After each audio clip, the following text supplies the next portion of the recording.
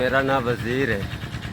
मैं जी इतने आ रहे थे मजदूरी करना, जड़ा मोटिया मोटिया लकड़ा ने इन्हों के फालतू छोटे ला तो नतीजे करेंगी 800 रुपया दिहाड़ी देंगे ने। 3 बेटियां ही ने, और कोई नहीं। रुपये नाल गुजारा नहीं होता, महंगाई इन्नी गुजारा नहीं होता। ये काम कर सकने, ये यानी और अपने कोई काम को नहीं। बड़ा कारोबार तो है कोई, बिजनेस तो है कोई, अनपढ़ बंदे सू तो भी नहीं पता की सकते हैं। 100 रुपये का खंड हुई पी 600 किलो घ्यो का होया पाया, तो इन्नी महंगाई है। 800 नाल गुजारा नहीं होता। बंदा शादी ते जावे, गमी ते जावे, वो कितों बंदा जा सकता है। इतने गरीब बंदा बैठा है, ढिड मसे पूरा होता है। 2 3 4 4000 ना तावन किया। अल्लाह पाक तुहाडे कारोबार दे विच बरकत पावे। अल्लाह पाक तुहाडा काम ज़्यादा चलावे, तुहाडी जिंदगी भी लम्मी करे, तुहाडे बच्चों की भी करे।